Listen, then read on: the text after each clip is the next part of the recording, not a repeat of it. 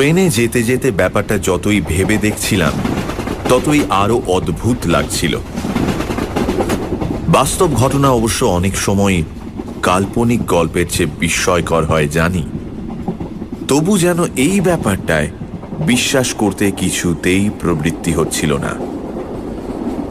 দুদিন আগেই বিমলের সঙ্গে আমার মেসের ঘরে প্রায় 1টা পর্যন্ত জেগে তুমুল তর্ক করেছি। শেষ পর্যন্ত এ বয়সের তর্কাতর্কির যা পরিণাম হয় তাও আমাদের বচসাই হয়েছে।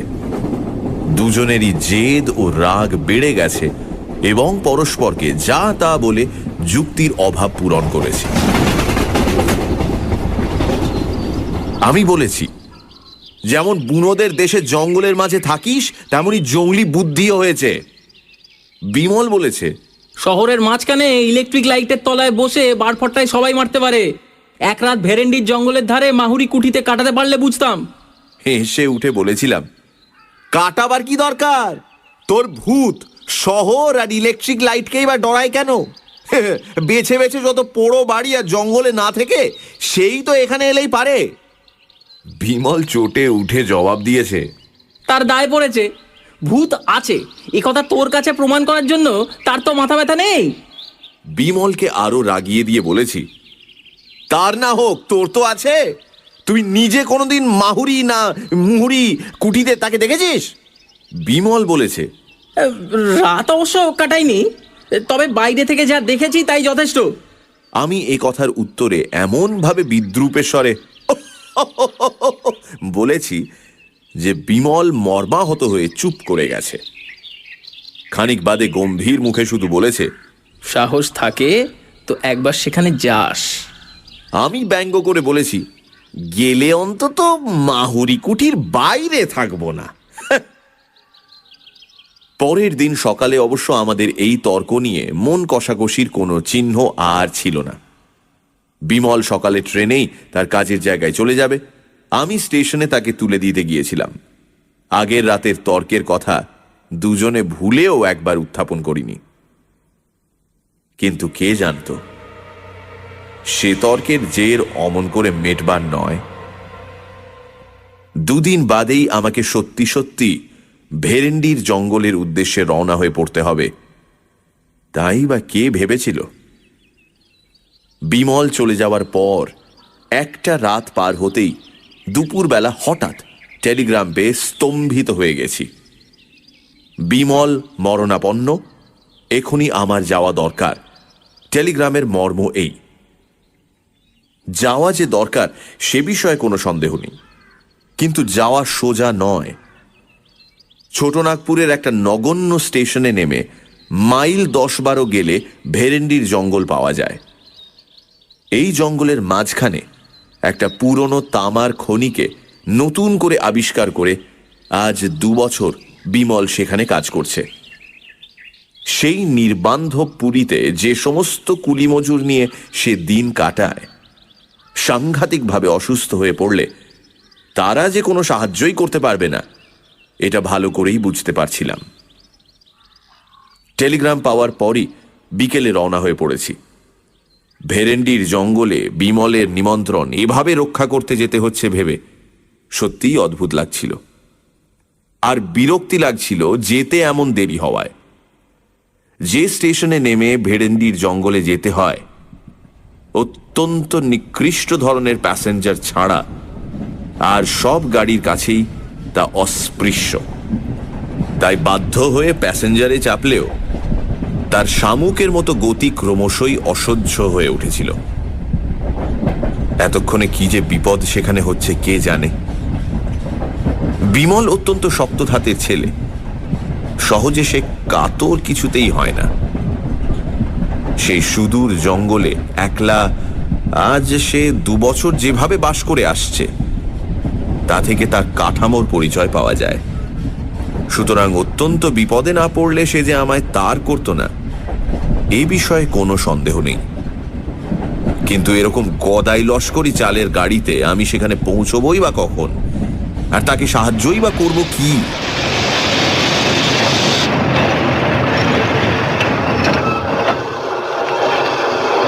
বিকেলবেলা যে গাড়ি রওনা হয়েছিল সমস্ত রাত গুটি গুটি করে চলে ভোর প্রায় 4টের সময় টিনের চাল দেওয়া নিতান্ত আক্ষুটে চেহারার একটি স্টেশনে সে গাড়ি আমায় নামিয়ে দিলে। প্ল্যাটফর্ম বলতে কাঁকড় ফেলা খানিকটা জায়গা, ট্রেনের সবকটা পাদানি বেয়ে সেখানে নামতে হয়। স্টেশন নয়, মনে হলো যেন জনহীন কোনো প্রান্তরে নেমেছি। শীতের রাত্রে ভোর 4টের সময় বেশ অন্ধকার থাকে, তার উপর গাঢ় কুয়াশায় স্টেশনের একটি মিটমিটে তেলের বাতি প্রায় অদৃশ্যই হয়ে গেছে। প্ল্যাটফর্মে জনমানব কেউ আছে বলে মনে হলো না। মিনিট খানেক থেমে গাড়িটা স্টেশন ছেড়ে চলে যেতেই তার নির্জনতা আরো যেন ভয়াবহ হয়ে উঠল। ট্রেনের আলোয় ও আওয়াজে নিজের নিঃসঙ্গতা এতক্ষণ এমন স্পষ্টভাবে বুঝতে পারিনি। কিন্তু এই স্টেশন থেকে বেরোতে তো হবে। ভেরেন্ডির জঙ্গলের রাস্তা এখান থেকে 10-12 মাইল দূর, এইটুকু মাত্র জানি। কোন দিকে যে যেতে হবে সে সম্বন্ধে কোনো ধারণাই নেই। জিজ্ঞাসাই বা করি কাকে? টিকিট চাইতেও তো কেউ আসে না। স্টেশনের অস্পষ্ট বাতিটার দিকে এবার এগিয়ে গেলাম। স্টেশনের ঘরে কোনো না কোনো লোক নিশ্চয়ই আছে। ঠাহরিয়ে!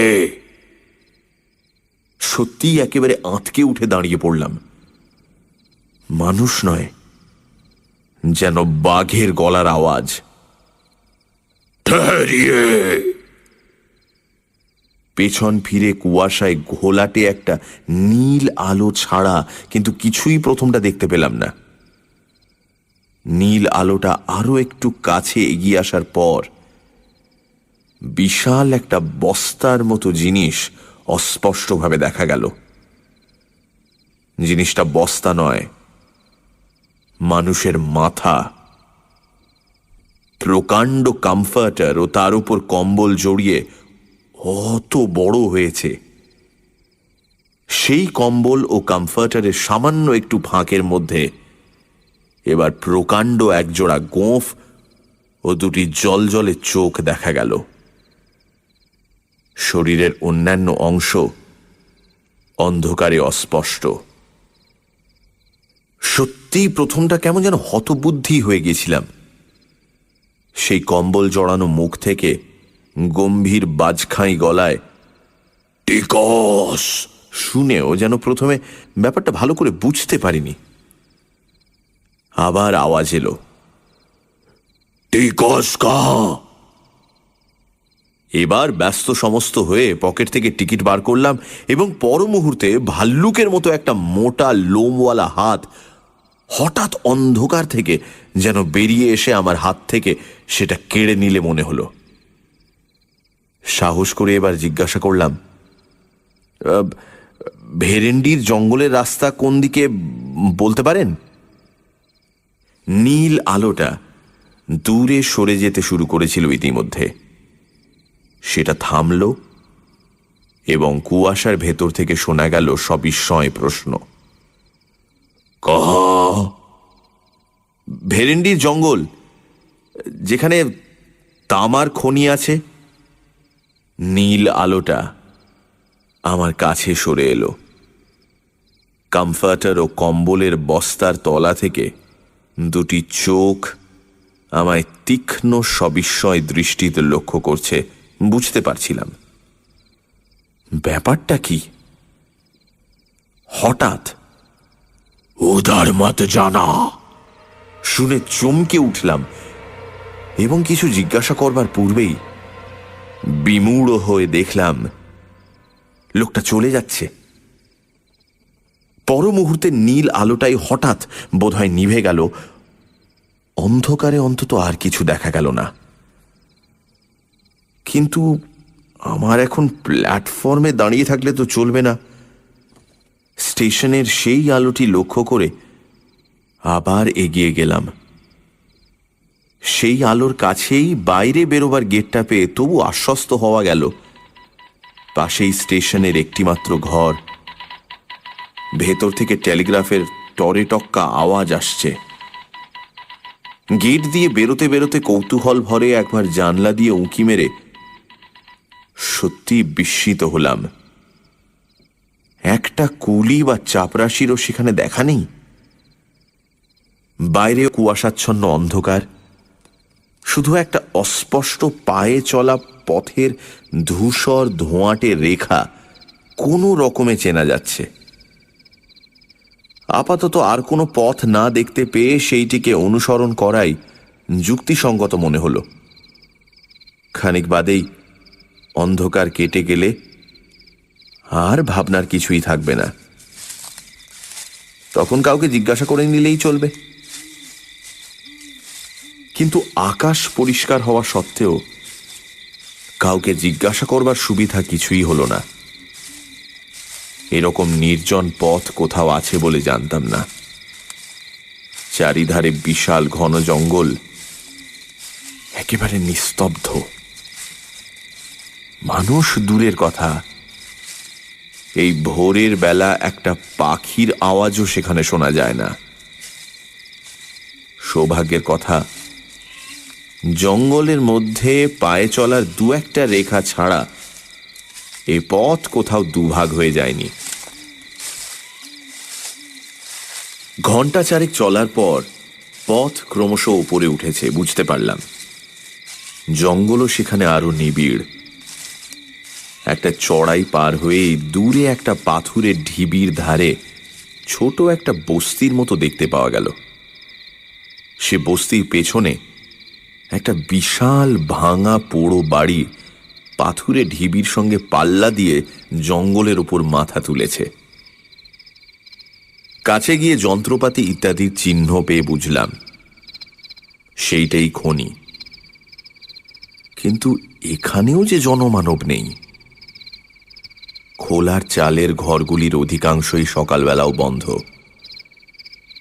টালিতে ছাওয়া বাংলো প্যাটার্নের একটি বাড়ি তার মধ্যে দেখতে পেয়ে সেইটাই বিমলের থাকবার জায়গা হবে মনে করে দরজায় গিয়ে কড়া নাড়লাম।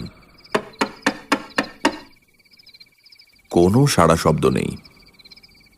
দরজায় মৃদু একটা ধাক্কা দিতেই সেটা খুলে গেল।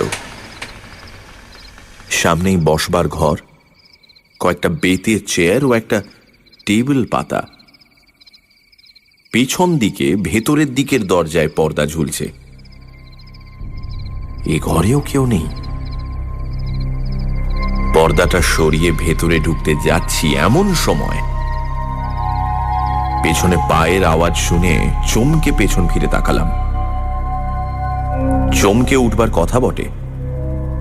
প্রায় 6 ফুট লম্বা, অত্যন্ত রোগা ও সরু যে লোকটি ঘরে ঢুকেছে, বিজ্ঞাপনের ব্যঙ্গচিত্র ছাড়া অমন চেহারা কোথাও চোখে পড়েনি। জিজ্ঞাসা করলাম, বিমলবাবু কোথায় আছেন বলতে পারো? কোন বাবু? বিমলবাবু। আমি তার অসুখের টেলিগ্রাম পেয়ে আসছি। কেমন আছেন এখন? ইঞ্জিনিয়ার বাবু কমাইতে বলে লোকটা হাতের ও মুখের অপরূপ একটা ভঙ্গি করলে। কিছু বুঝতে না পেরে বললাম, ইঞ্জিনিয়ার বাবুই হলো, কিন্তু তিনি কোথায়?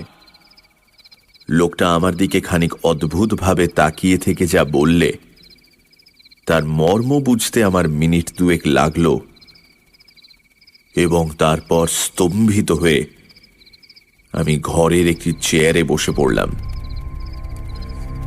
ধীরে ধীরে তারপর সমস্ত ব্যাপারটাই শুনলাম।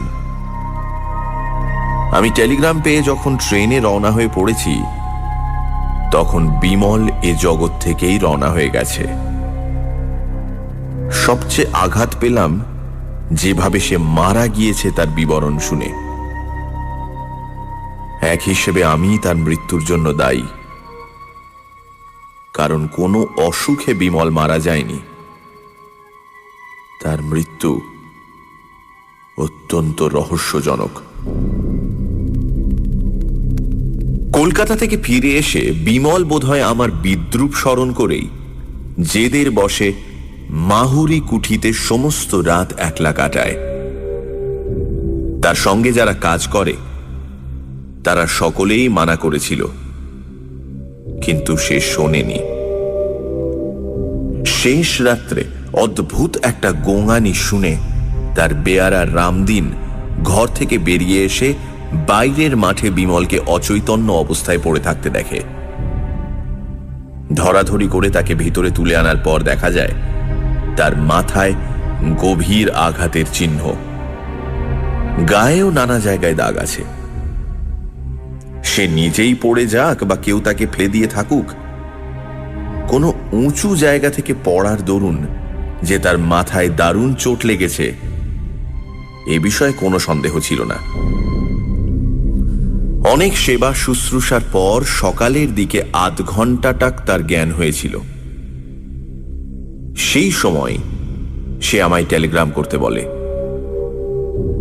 কিন্তু তারপর উন্নতির বদলে ক্রমশ তার অবস্থা খারাপের দিকে যেতে থাকে। বিকেল 4টের সময় সে মারা যায়। এদেশের লোকের, বিশেষত অশিক্ষিত কুলি মজুরদের কুসংস্কার অত্যন্ত বেশি।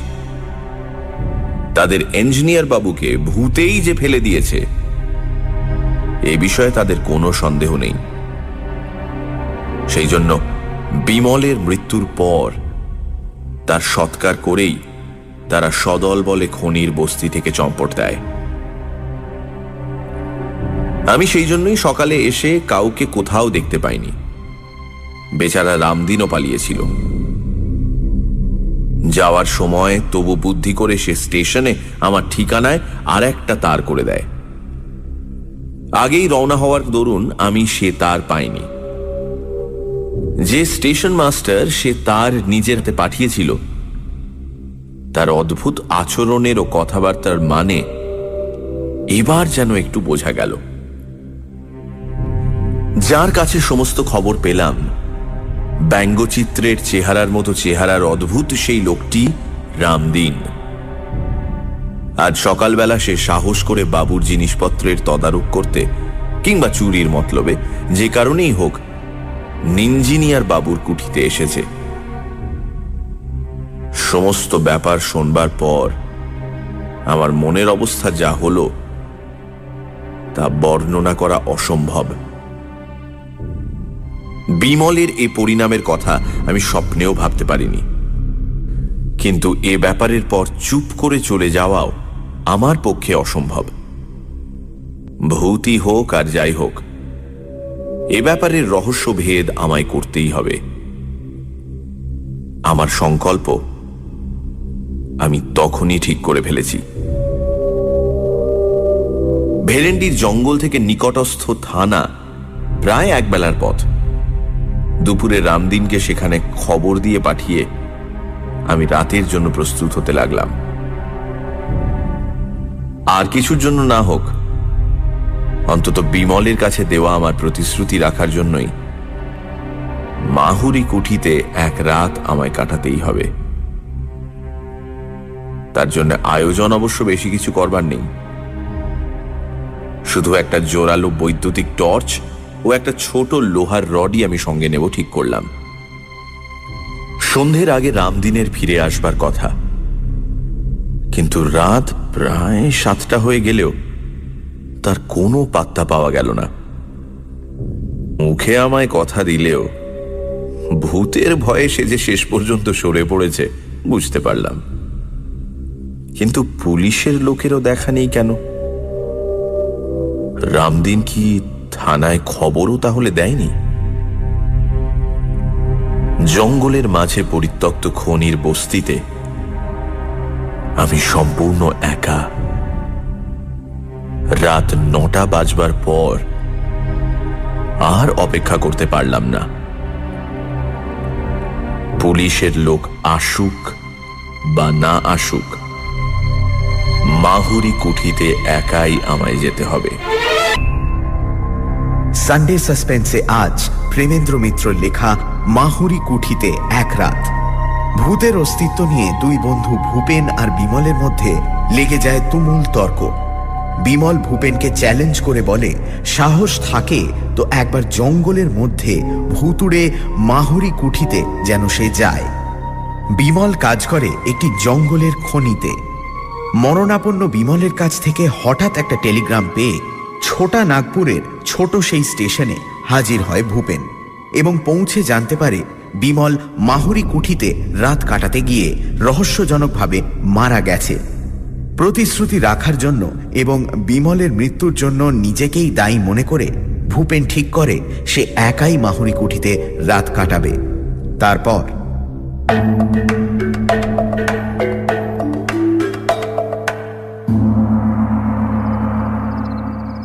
বিমলের বাংলো থেকে মাহুরি কুঠি বেশি দূর নয়। দিনের বেলা বাড়িটিকে ভালো করে লক্ষ্য করে দেখেছি।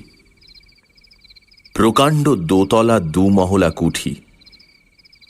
কি খেয়ালে যে এখানে এত বড় বাড়ি কেউ নির্মাণ করেছিল বোঝা কঠিন। বাড়িটির অবশ্য অত্যন্ত ভগ্ন দশা। বড় বড় গাছ তার দেয়াল ভেদ করে বেড়ে উঠেছে। বাইরের দিকের ঘরগুলির জানলা দরজার চিহ্ন আর নেই। এই শুকনো দেশেও ভেতরের ঘরগুলিতে শ্যাওলা ও আগাছা জন্মেছে প্রচুর। ভাঙা দেউড়ি দিয়ে বাইরের মহল পার হয়ে গেলে ভেতরের বিশাল মহলে ওপর নিচে অসংখ্য গোলক ধাঁধার মতো যে সমস্ত ঘর পাওয়া যায়, দিনের বেলাতেও সেগুলি অন্ধকার। দরজা জানলা অধিকাংশেরই নেই। যেগুলির আছে সেগুলিও কবজা থেকে খুলে পড়েছে। আসবাবপত্র অনেক ঘরে এখনো অত্যন্ত জীর্ণ অবস্থায় টিকে আছে। শুধু বোধহয় ভূতের ভয়ে চোরও সেখানে প্রবেশ করেনি বলে। অমূলক ভয় আমার নেই, তবুও টর্চ হাতে বাইরের দেউড়ি দিয়ে মাহুরি কুঠিতে প্রবেশ করবার সময় নিজের অনিচ্ছা সত্ত্বেও গা যে ছমছম করে উঠেছিল তা স্বীকার করতে বাধ্য হচ্ছি। এমন গাঢ় জমাট অন্ধকারের সঙ্গে পরিচয় আমার সত্যিই কখনো হয়নি। টর্চের আলোতে যেন সবলে তাকে কেটে বেরোতে হচ্ছে।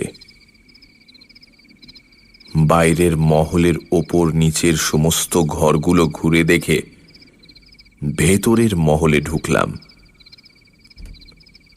নিচের ঘরগুলোর দুর্দশা অত্যন্ত বেশি। আগাছায় মেঝে প্রায় ছেয়ে গেছে।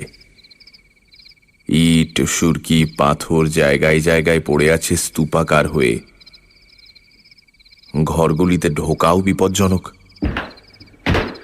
সে সমস্ত ঘর ছেড়ে এবার ভগ্নপ্রায় সিঁড়ি দিয়ে দোতলায় উঠলাম। দোতলার ঘরগুলি এখনো অনেকটা ভালো অবস্থায় আছে। একটার পর একটা ঘর টর্চের আলোয় ভালো করে পরীক্ষা করে যেতে যেতে কিন্তু অস্বাভাবিক কোনো কিছুই দেখতে পাচ্ছিলাম না। বিমলের মৃত্যুর রহস্য এ বাড়ির সঙ্গে জড়িত না থাকলে অনায়াসে মনে করা যেত যে নেহাত কুসংস্কারের দরুন এখানকার লোক এই পোড়ো বাড়িটাকে এমন বিভীষিকাময় করে তুলেছে। বাড়িটির একটি বিশেষত্ব অবশ্য আগেই উল্লেখ করেছি। ঘরগুলি এমন বিশৃঙ্খলভাবে সাজানো, যেখানে সেখানে দরজা ঘুলঘুলি প্রভৃতি এমনভাবে বসানো যে সব শুদ্ধ একটা বিরাট গোলক ধাঁধা বলে মনে হয়। এক ঘর থেকে আর এক ঘরে যেতে যেতে পথ গুলিয়ে ফেলবার সম্ভাবনা এখানে অত্যন্ত বেশি। সম্প্রতি সত্যিই তাই গুলিয়ে ফেলেছি বলে মনে হচ্ছিল। খানিক আগে যে ঘর ছেড়ে গেছি সেই ঘরেই আবার ঘুরে এসে সবিস্ময়ে তখন দাঁড়িয়ে পড়েছি। ওপরে উঠবার সিঁড়িটাও যে ঠিক কোন দিকে হবে বুঝতে পারছিলাম না। খানিক চুপ করে দাঁড়িয়ে থেকে মাথাটা ঠিক করে নিয়ে আবার এগুতে যাব এমন সময় পায়ে যেন কি একটা ঠেকলো। টর্চের আলো সেখানে ফেলে অত্যন্ত বিস্মিত হয়ে গেলাম। জিনিসটা আর কিছু নয়, একটা চামড়ার ব্যাগ। কিন্তু এই ব্যাগটির সঙ্গে আমি পরিচিত। কলকাতায় বিমলের কাছে আমি এটা দেখেছি এবং তার সুন্দর চামড়ার কাজের প্রশংসাও করেছি। ব্যাগটা কুড়িয়ে নিয়ে খুলে ফেলে আরো আশ্চর্য হয়ে গেলাম। ব্যাগের ভেতর একটি খোপে সুতো দিয়ে বাঁধা একতাড়া করকরে নতুন 10 টাকার নোট, আরেকটি খোপে খুচরো কয়েকটি টাকা পয়সা ও একটি ছোট কাগজের টুকরো। এই কাগজের টুকরোটি দেখেই আমি চিনলাম। নিজের হাতে বিমলকে এই কাগজে আমার ঠিকানা আমি দিয়েছিলাম। বিমল তার মৃত্যুর আগের রাত্রে এই ঘরে যে ঢুকেছিল এই বিষয়ে আর কোনো সন্দেহই নেই। কিন্তু এই ব্যাগ তার পকেট থেকে পড়লই বা কি করে?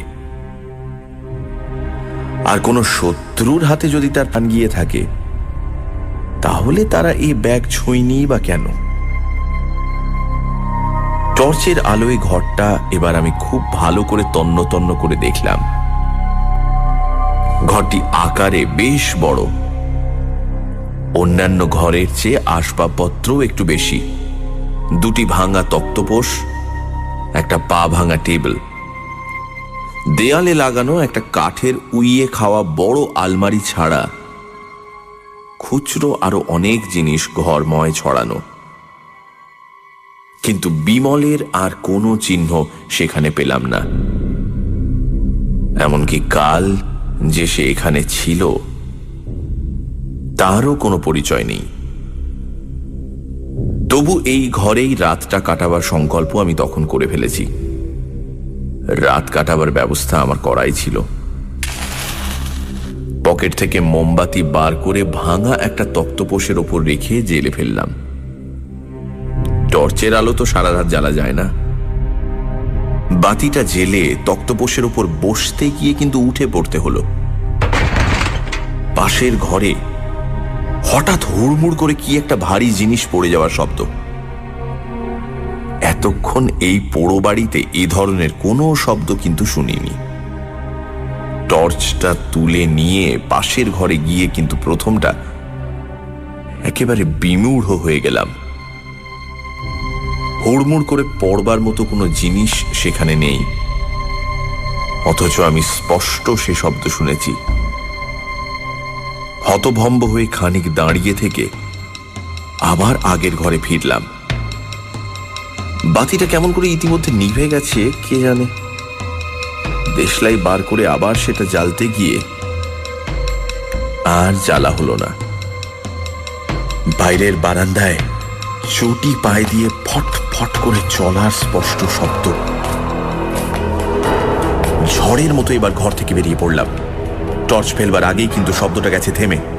টর্চ ফেলে অবাক হয়ে দেখলাম সত্যি 2টো মানধাতার আমলের শুকনো চিমড়ে ছেঁড়া বেহারি চটি সেখানে পড়ে রয়েছে।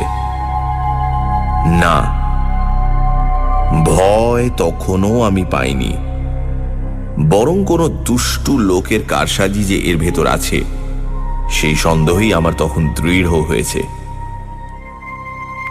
সে কারসাজির সমুচিত শাস্তি দিতে হবে। চটি 2টো হাতে করে তুলে নিয়ে আবার ঘরে ফিরলাম এবং বাতি জেলে গ্যাঁট হয়ে ভাঙা তক্তপোষের উপর বসলাম ঘটনার পরিণতি দেখবার জন্য। ভুতুড়ে চটি যদি হয় তো আমার চোখের সামনেই চলুক দেখি। মিনিট 10 কোনো কিছুই হলো না। ভুতুড়ে চটির ক্ষমতার বহর দেখে নিজের মনেই হাসছি। এমন সময় সত্যি সমস্ত গায়ে কাঁটা দিয়ে উঠল। চুপি চুপি আমার পেছনে কে যেন স্পষ্ট আমার নাম ধরে ডাকলে একবার। মোমের বাতিতে ঘরে তেমন আলো না হলেও সব পরিষ্কার দেখা যাচ্ছে। পেছনে কেউ কোথাও নেই। তবে এ শব্দ এলো কোথা থেকে? আমার মনের ভুল? কিন্তু মনের এরকম ভুল হওয়াও তো ভালো লক্ষণ নয়।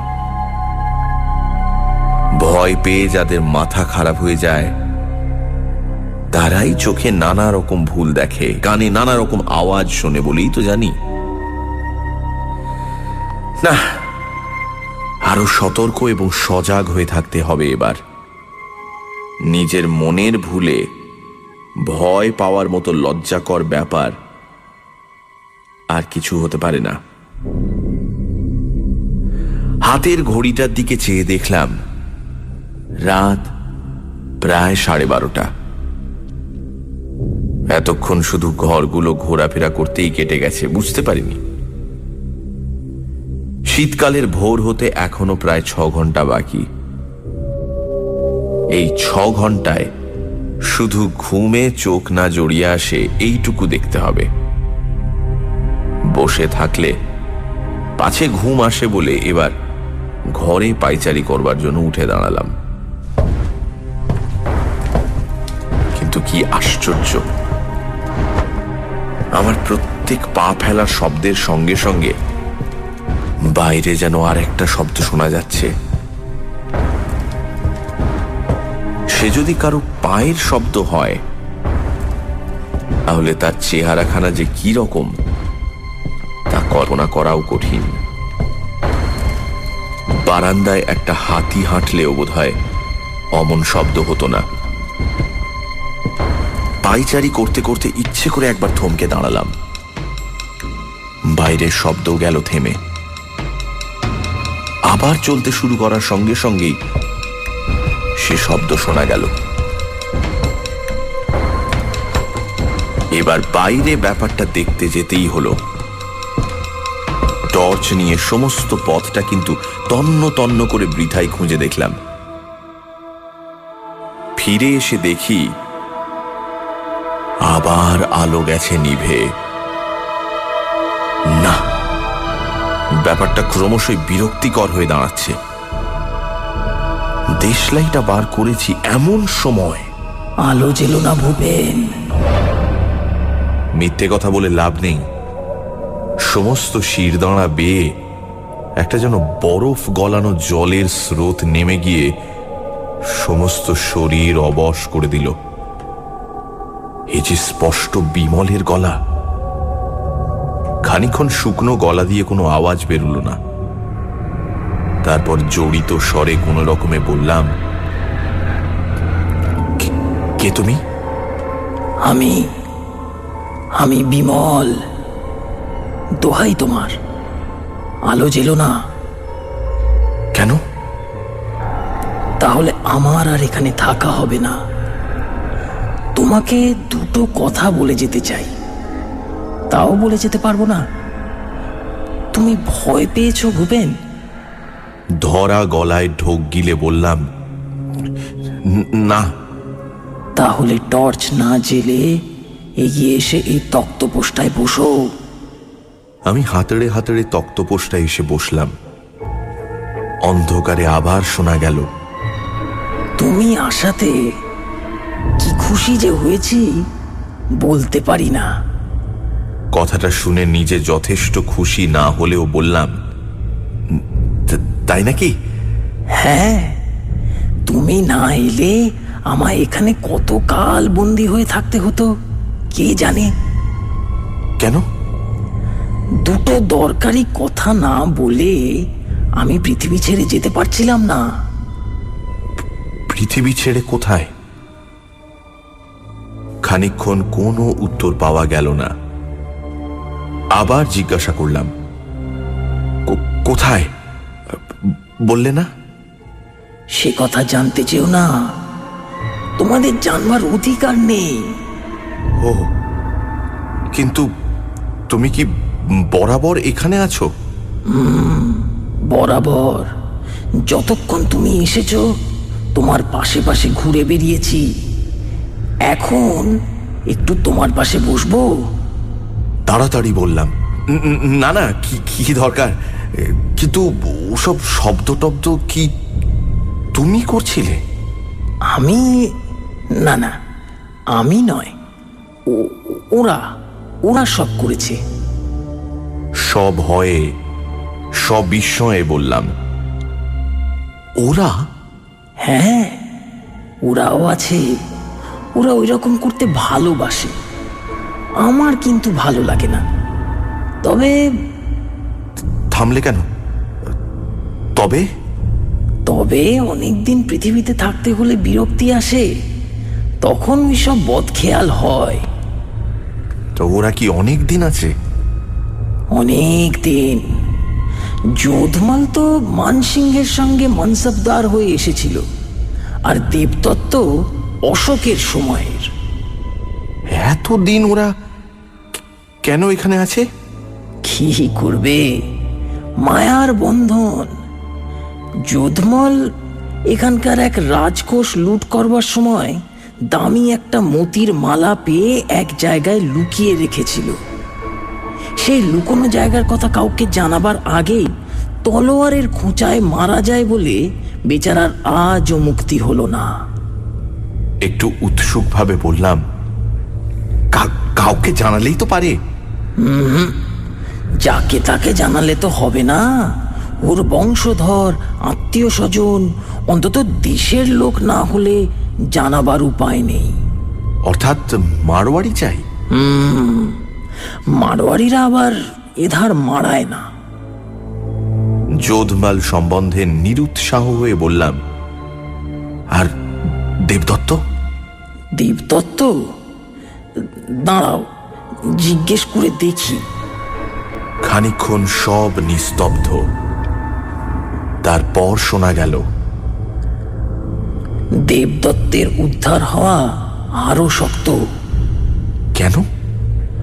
অশোকের সময় ও কি একটা মঞ্জুশ্রী না ধ্যানশ্রীর মূর্তি গড়েছিল। সেটা এখনো আবিষ্কৃত হয়নি বুঝি? কোথায় সেটা? আমি না হয় প্রত্নতত্ত্ব বিভাগে। না না, আবিষ্কৃত হয়েছে বই কি, কিন্তু পণ্ডিতরা তর্কাতর্কি করে তার নাম নিয়ে বাঁধালে গোল। কেউ বলছে সেটা দেবী মূর্তিই নয়, কেউ বলছে কি বলে প্রজ্ঞা পারমিতা। হ্যাঁ, তো তাতে কি? চুপ চুপ, দেবদত্ত একেবারে ক্ষেপে উঠবে এখনই। তাতেই তো সব। নাম ঠিক হওয়া না দেখে ও কিছুতেই যেতে পারছে না এখান থেকে। আমি না এলে তুমিও যেতে পারতে না? বোধ হয় না। ওইসব বদখেয়াল? তাও হয়তো হতো। এখনই তো মাঝে মাঝে কিরকম নিষ্ফিস করে। কি নিষ্পিস করে? হাত? একটু হাসির শব্দ শোনা গেল। হাত তাকে বলে না, তবে গলার স্বরে অত্যন্ত অস্বস্তি বোধ করে বললাম, যাকে ভাই, তোমার কি কথা ছিল না, যা বললেই তোমার ছুটি? হ্যাঁ, ছুটি, একেবারে ছুটি। একটু ভয়ে ভয়ে জিজ্ঞাসা করলাম, বলা হলেই তুমি চলে যাবে? তৎক্ষণাৎ। কিন্তু তুমি চলে গেলে এই যোধমাল আর দেবদত্ত? না না, তোমার কোনো অনিষ্ট ওরা করবে না, আমার বারণ আছে। তবে বলো এবার। এই বলছি।